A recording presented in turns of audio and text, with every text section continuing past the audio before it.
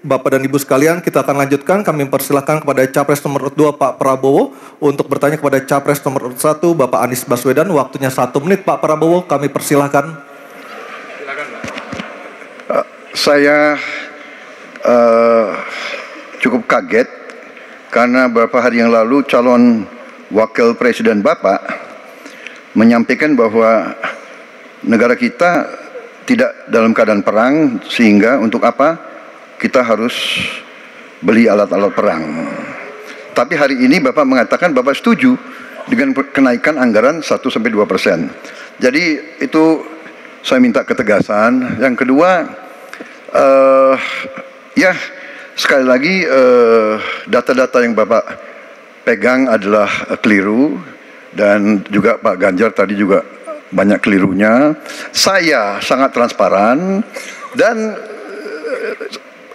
semua partai yang mengusung Bapak Profesor Anies mendukung APBN, berarti mendukung program saya, termasuk PDIP di Komisi 1. Waktu habis. Baik, Pak Prabowo. Baik, Pak Anies silakan untuk menjawab pertanyaan Pak Prabowo. Waktu Anda 2 menit.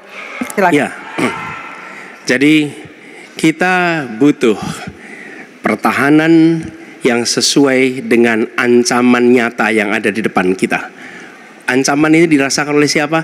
Dirasakan bukan saja di dalam batas-batas teritorial, tapi juga di keluarga. Bagaimana ancaman atas penipuan online, bagaimana ancaman atas peretasan, bagaimana ancaman atas judi online, bagaimana ancaman-ancaman terorisme. Itu semua membutuhkan perhatian. Jadi bukan memutuskan untuk belanja alutsista berdasarkan selera dan berdasarkan preferensi masa lalu, tapi justru harus mencerminkan kebutuhan masa depan. Inilah yang menurut kami penting. Ya, anggarannya perlu kita tingkatkan, tapi jangan keliru, ancamannya juga mengalami pergeseran. Jadi itulah sebabnya mengapa kita melihat perlunya ada strategi yang baik. Supaya apa? Supaya kekuatan yang kita miliki mereka bisa bekerja dengan optimal, tidak sia-sia. Lalu Pak Prabowo yang saya hormati, ini bukan soal pribadi, ini soal negara, ini soal policy. Penjelasannya ya di tempat ini, bukan di ruang-ruang yang tidak diketahui oleh publik. Justru kalau Bapak ketahui datanya salah, tunjukkan di tempat ini sehingga publik bisa mengetahui, bukan dalam pertemuan-pertemuan lain yang tidak jelas dari mana kita bisa menilai akurasinya. Jadi menurut hemat kami, bila ada di antara kami yang faktanya keliru, Bapak tunjukkan. Tapi kalau Bapak tidak menunjukkan, berarti memang faktanya benar. Itulah kenyataan yang ada di lapangan. Dan ini juga yang selalu kami gunakan. Kami gunakan fakta-fakta itu. Itulah sebabnya, Pak, kami melihat penting sekali untuk kita tenang, dingin, jangan emosional dalam menghadapi persoalan-persoalan kenegaraan, dalam menghadapi persoalan-persoalan pertahanan. Demikian jawaban kami. Terima kasih. Baik, terima kasih Pak Anies. Oke, tenang dulu. Tenang dulu. Mohon tenang Bapak dan Ibu. Mohon tenang supaya kita bisa mendapatkan intisari dari jawaban maupun pertanyaan dari ketiga capres kita ini. Dan kami persilakan Pak Prabowo untuk menanggapi Pak Anies dalam waktu 1 menit Pak. Kami persilakan Pak Prabowo. Pak Anies, saya tidak bicara tertutup, saya bicara di Dewan Perwakilan Rakyat Komisi 1, di mana semua partai yang mengusung Bapak hadir dan menyetujui yang saya ajukan.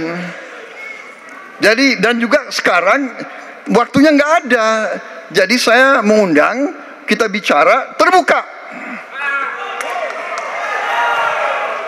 Terbuka, silakan. Tapi saya ingatkan, Bapak cinta atau tidak dengan negara ini? Masa kita mau buka semua kekurangan kita, semua masalah kita buka di depan umum? Apakah itu pantas? Di negara yang baik, di negara maju, masalah rahasia ada, Profesor. Jadi bohong, saya tidak minta tertutup. Saya terbuka, Komisi DPR terbuka. Baik, waktunya habis. Waktu habis Pak Prabowo, waktu habis. Kami persilakan Pak. Mohon tenang. Tenang dulu kita lanjutkan. Supaya pemirsa di rumah juga bisa mendapatkan intisari dari acara kita malam hari ini. Mohon tenang. Silakan Pak Anies. untuk memberikan tanggapan atas pernyataan Pak Prabowo. Waktu Bapak 1 menit. Tidak ada yang perlu dirahasiakan. Bapak Presiden menyampaikan, Bapak punya lahan lebih dari 340.000 hektar, sementara TNI kita, prajurit kita, selebih dari separuh tidak punya rumah dinas. Itu fakta, tidak perlu dibicarakan secara tertutup. Itu kekurangan yang harus kita perbaiki. Dan ketika tadi Bapak mengatakan, Bapak akan meningkatkan kesejahteraan. Pak, Bapak ini sudah Menhan selama 4 tahun, hampir 5 tahun. Bukan calon Menhan. Jadi harusnya menunjukkan inilah yang sudah saya kerjakan. Bukan mengatakan apa yang akan dilakukan. Nah, saya menyampaikan, bila saya ditugasi maka kenaikan gaji dilakukan tiap tahun. Maka perumahan prajurit TNI dipastikan dibangun sehingga mereka tidak perlu ngekos, tidak perlu mereka sewa, dan mereka bisa tenang. Mereka diminta mempertahankan setiap jengkal, tapi kita tidak memberikan tempat tinggal bagi mereka berdinas. Itu tidak benar, itu harus dikoreksi. Baik, waktu habis. Terima kasih Pak Anies. Mohon tenang Bapak dan Ibu, mohon tenang, mohon tenang, mohon tenang.